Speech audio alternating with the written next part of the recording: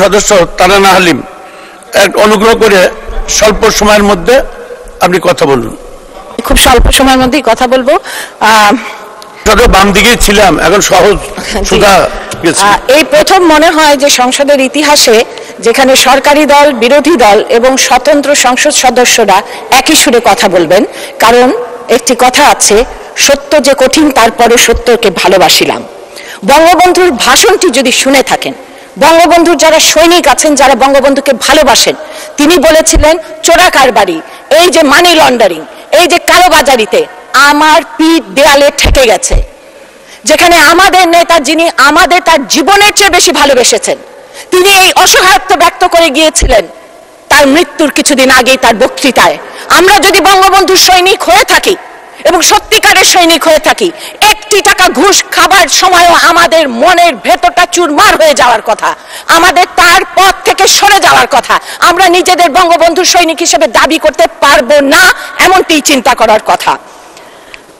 এখন আমরা দেখি যে যার কথা বলা হলো এতক্ষণ, তিনি বললেন তার মন খারাপ হয়েছে দেখে তিনি একসঙ্গে 10টা বাড়ি কিনেছেন। মাননীয় স্পিকার, আমাদের মন খারাপ হলে আমরা বড় জোর দোকানে গিয়ে 2-1টা শাড়ি কিনে থাকি। যাই হোক, ওনার মন খারাপ হলে উনি অনেক বড় বড় কিছু কিনতে পারেন। আমরা কোনো কথা বললেই, কোনো কিছু বললেই যানবাহনের সিন্ডিকেট, রাস্তাঘাটের সিন্ডিকেট, বাজার নিয়ন্ত্রণে আসছে না সিন্ডিকেট, অমুকখানের সিন্ডিকেট, চালের গুদামের সিন্ডিকেট, বস্ত্র বিতরণের সিন্ডিকেট, এই সিন্ডিকেট কারা আমরা জানতে চাই। নাম প্রকাশ করা হোক, আমরা শুনতে চাই। কাদের পানামা পেপারসে নাম আছে আমরা জানতে চাই, প্যারাডাইস পেপারসে কাদের নাম আছে আমরা জানতে চাই। এর কারণ হলো এটাই যে আমরা বঙ্গবন্ধুর আওয়ামী লীগ করি, আমরা তার কন্যার আওয়ামী লীগ করি। কাজে আমরা চাই না যে 1টি, 2টি, 3টি লোকের জন্য আমাদের মতো যারা তাদের সমস্ত জীবন সততা এবং শপথ বাক্য রক্ষার জন্য ব্যয় করেছেন, তাদের গায়ে একটি ফোঁটা কালি লাগুক। কাজে আমি আহ্বান করব সংসদ থেকে যে সবার নাম প্রকাশ করা হোক। কার কানাডাতে বাড়ি আছে, কার বেগমপাড়ায় বাড়ি আছে, কে টাকা পাচার করেছে, কে কালোবাজারি করেছে, সবার নাম প্রকাশ করা হোক। মাননীয় স্পিকার, একটু আগে আমাদের পরম শ্রদ্ধেয় টাঙ্গাইলেরই লতিফ চাচা, ওনাকে চাচা বলে এটাকে উনি বলে গেছেন। আসলে আমাদের ইশতেহারে যদি দেখবেন গুড গভর্নেন্সের কথা বলা হয়েছে, সেই গুড গভর্নেন্সের মধ্যে কারাপশন ফ্রি গভর্নেন্স একটা আছে এবং কিভাবে টাকা পাচার রোধ করা যায় সেই কথাও কিন্তু আছেন।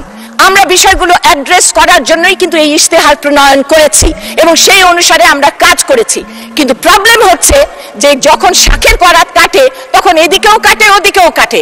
চোর ধরলে বলে কেন ধরেছে, তার মানে সব চোর, আর চোর না ধরলে বলে কেন ধরে নাই, সব দোষ তাদের। কাজে একটা প্রশংসা অন্তত করেন যে আমরা শুরু করেছি এবং এটা শেষ নিশ্চয়ই আমরা করে ছাড়বো।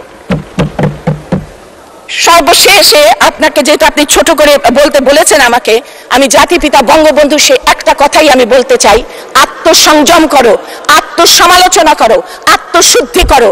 আমার বিশ্বাস আমাদের এই পার্লামেন্টের মধ্যে যারা এই সিন্ডিকেটের মধ্যে পড়েন, আত্মসমালোচনা করেন, আত্মশুদ্ধি করেন, আর যারা এই সিন্ডিকেটের মধ্যে না পড়েন, অনুগ্রহ করে সাধারণ জনগণ যেন কখনো সবাইকে এক রঙে রঞ্জিত না করে।